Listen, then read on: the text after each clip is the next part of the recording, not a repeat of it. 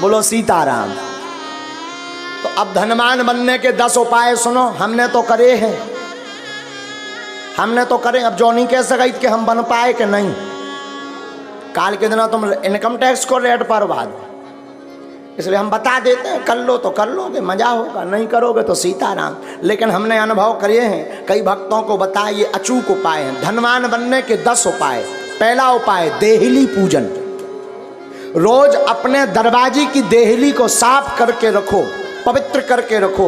और देहली पे गऊ के गोबर से जरूर, पहले के जमाने में माताएं उरेन डालती थीं, उसको जरूर डालो। देहली पूजन करोगे, देहली में पवित्रता रखोगे तो लक्ष्मी का प्रवेश होगा आपके घर में।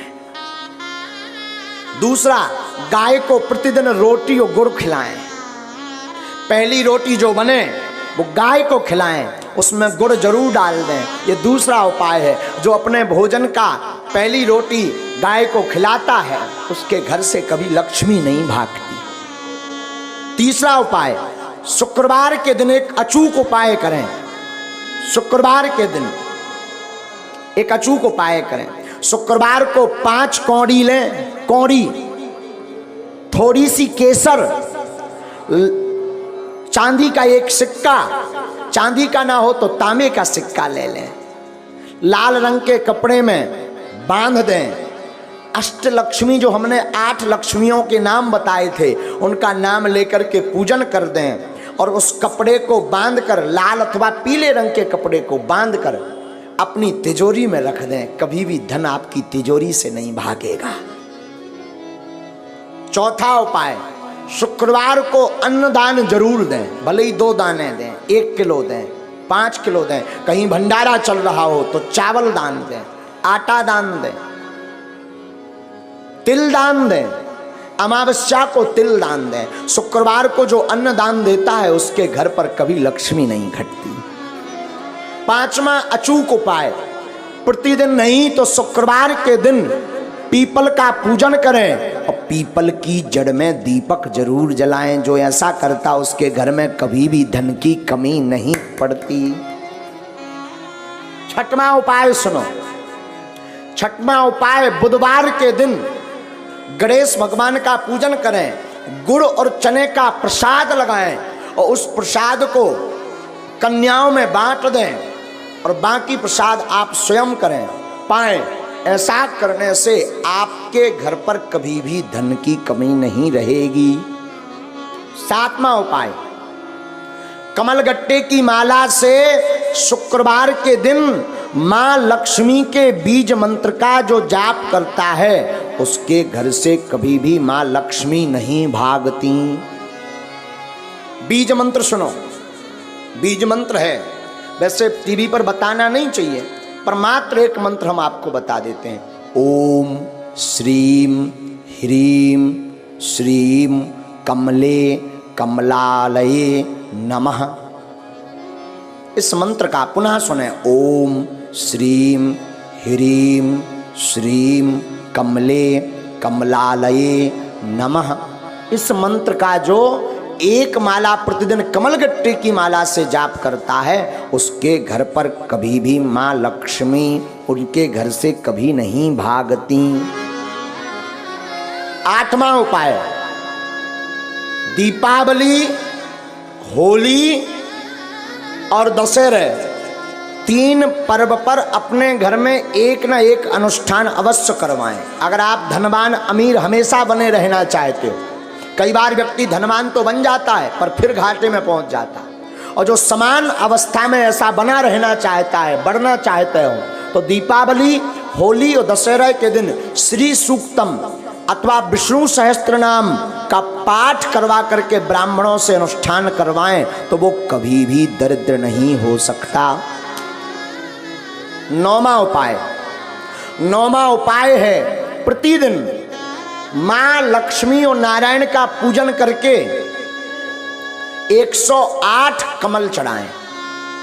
और ये अगर व्यवस्था ना हो सके तो केवल शुक्रवार को चढ़ाएं, और अगर शुक्रवार को नहीं व्यवस्था हो रही है तो अमावस्या के दिन 108 कमल के पुष्प ओम श्रीम ओम श्रीम ओम श्रीम ओम श्रीम ओम श्रीम। ऐसा कहते हुए कमल पुष्प अगर भगवती माँ लक्ष्मी और नारायण के चरणों में चढ़ाता है तो वो कभी दरिद्र नहीं रहता। 10वां उपाय, गन्ना के रस से जो शुक्रवार के दिन लक्ष्मी नारायण का श्री सूक्तम का पाठ बोलते हुए अभिषेक करता है, उसके घर पर कभी भी दरिद्रता नहीं रहती। हम आपसे ये निवेदन करेंगे इस कथा में कि पिता की संपत्ति भी आप मत लीजिए,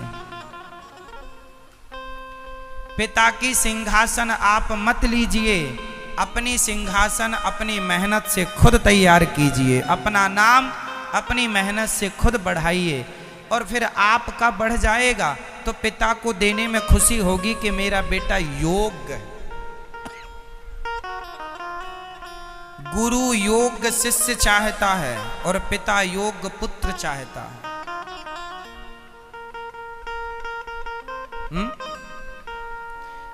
आपके संपत्ति का उत्तराधिकारी आपका पुत्र है, लेकिन सोचो कि वो पुत्र आपका यदि नालायक हुआ तो वो आपकी संपत्ति तो बिगाड़ ही देगा। इसलिए हर पुत्र को चाहिए कि आप पहले ये साबित करें अपने पिता के आगे कि आप योग्य पुत्र हैं। सिद्ध कीजिए अपनी मेहनत से, अपने विचारों से, अपने व्यवहारों से कि आप योग्य पुत्र हैं। जब योग्य पुत्र को पिता संपत्ति देता है ना, तो वो स्वतंत्र हो जाता है कि मेरा पुत्र धन का सदुपयोग करेगा। इसलिए लायक पुत्र को राज्य देना चाहिए। इतिहास में से कितने राजा हुए हैं जिन्होंने अपने बेटों को राज्य ना देकर प्रजा के किसी बच्चे को राजा बना दिया, क्योंकि ये बेटा तो राजा का बेटा है पर नालायक है, पूरी प्रजा को बर्बाद कर देगा। इसलिए जो योग्य है, भले वो तुम्हारा नहीं है पर योग्य है, उसे राज्य दे दिया। आजकल यही है, बाप की संपत्ति है करोड़ों की, बेटा शराब पी रहा है, वैश्याओं को नचा रहा है, बाप को पता है कि ये दुष्ट है, नालायक है, फिर भी पुत्र का मोह, मेरा बेटा उसी के लिए कमाए, ना तो पुण्य करता, ना दान करता, ना भला करता, उस शराबी और नालायक बेटे के लिए कमा रहा, सब उसी को दे के मरेगा। तो अब ये कौन है? अंधे हैं ये, धृतराष्ट्र। इसलिए आप अपने पुत्र को योग्य बनाइए, संस्कार दीजिए। और आपसे निवेदन, पुत्रों से, नौजवान दोस्त भाइयों से, आप अपने पिता की संपत्ति के उत्तराधिकारी तो हैं, पर पिता की संपत्ति लेने पैदा हुए हो क्या? आपका अपना क्या है? आपका अपना नाम कहाँ है? आपकी अपनी इज्जत कहाँ है? अपना नाम अपनी, जैसे आपके पिता ने अपना नाम अपनी इज्जत खुद से बनाई है, ऐसे आप भी अपना नाम अपनी इज्जत खुद से बनाओ, योग्य बनो। क्यों जी? कितने बेटे आप में से ऐसे हैं जो पिता की संपत्ति ही लेंगे, आप अपना कुछ नहीं करना चाहते? आप बताओ, आप पिता की संपत्ति लेके संतुष्ट हैं या आप अपना नाम, अपना इज्जत, अपनी सिंहासन खुद तैयार करेंगे? अपनी सिंहासन खुद तैयार करोगे? अपना नाम खुद बनाओगे? अपनी इज्जत खुद कमाओगे? कौन कौन कमाएगा, कौन कौन बनाएगा अपना नाम, अपनी इज्जत? पिता के टुकड़ों पर तो नहीं पलते रहोगे। पिता के टुकड़ों पर पलने वाले बच्चे सर्कस के शेर होते हैं। सर्कस का शेर मालिक के टुकड़ों पर पलता है, जंगल का शेर तो अपना शिकार अपने बल पर करता है। यदि आप बाप के टुकड़ों पर पल रहे हैं तो सर्कस के शेर हैं, और यदि अपनी मेहनत से अपना खुद नाम इज्जत कमाते बनाते हैं तो आप जंगल के कौन सा शेर बनना पसंद करेंगे? जोर से, सर्कस का या जंगल का? आप कौन से शेर बनोगे? आप कौन से शेर, जंगल के कि सर्कस के? बेटा आप कौन से शेर बनोगे, सर्कस के कि जंगल के? बोलो, जोर से बोलो भाई। जंगल के शेर, जो अपना शिकार खुद करता, जो अपना कमाए अपना खाए, वो जंगल का राजा है। जो बाप के टुकड़ों पे पापा मोबाइल दिला दो, पापा गाड़ी दिला दो, पापा ये दे दो। तुम इतने बड़े हो गए, 25 साल के घोड़ा हो गए, फिर भी बाप के टुकड़ों पे पल रहे हो। शर्म नहीं आ रही है तुम्हें? इतने बड़े बड़े हो गए और पापा से मोबाइल मांग रहे हो, लाज नहीं आती तुम्हें? अरे पापा के काम में, पिता के काम में हाथ बटाओ, हाथ बटाओ, काम करो, फैक्ट्री संभालो, बिजनेस संभालो, खेती बाड़ी संभालो, जो काम बाप का है संभालो, उससे और बेहतर बनाओ और आगे बढ़ाओ। और अच्छा कैसे हो सकता है? पढ़े लिखे हो, आज की पीढ़ी हो, पिता पुराने ढंग से करते हैं, उसे नए ढंग से करो और कमाओ, उसी से कमा कमा के अपने इच्छाएं पूरी करो, अपने लिए घर बनाओ और जमीन से जमीन खरीदो और नाम बढ़ाओ। बाप का हो गया, बुढ़ापा आ गया, अब उसे आराम दो, पापा पिताजी कम काम करो, अब हम करेंगे, उसे थोड़ा आराम दो। लेकिन नहीं, बूढ़ा बाप ही कर रहा हो, तुम वहाँ खटिया तोड़ रहे हो, IPL देख रहे हो, क्रिकेट देख रहे हो, बाप खेत में मरा जा रहा है, बूढ़ा बाप खेत में वो निदाई गुड़ाई जुताई कर रहा हो, बेटा IPL देख रहा है। तुम जैसे नालायक बेटों से तो बंटा ढार हो जाएगा, विनाश हो जाएगा। क्यों? अरे तुम्हारा बाप है, मेहनत करता है, बूढ़ा हो गया है, हिम्मत नहीं है, फिर भी दुकान पे बैठा रहता, लेकिन तुम मूर्खों को लगते ही नहीं कि तुम पिता का साथ दो। पिता को अब आराम दो। पिताजी आप भगवान का चिंतन कीजिए, योग एक्सरसाइज कीजिए, काम, आप आइए दुकान बैठिए, हम संभाल रहे हैं। अच्छा लगेगा बूढ़े बाप को। जिम्मेदारियां लेना सीखो। हमने 17 साल की उम्र से अपने पिता से पैसा मांगना छोड़ दिया था। कितने साल की उम्र से?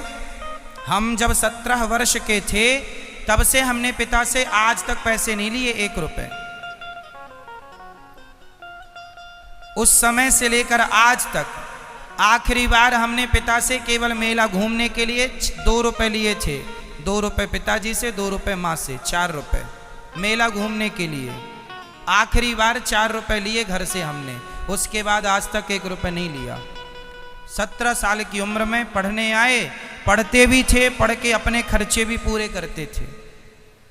मंजन साबुन से लेके, नहाने से लेके, तेल साबुन सबका अपना कमाते, अपना खर्चा उसी से करते, बचा बचा के कोई 10 रुपए दे जाता तो उस 10 रुपए से अपना मंजन खरीद लेते, तो कभी 10 रुपए मिल गया तो साबुन खरीद लेते।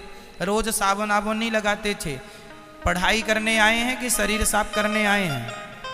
नहाते थे पानी से, शरीर में ध्यान नहीं देते थे, पढ़ाई में ध्यान देते थे। महीने महीने तो हम कंघी नहीं करते थे।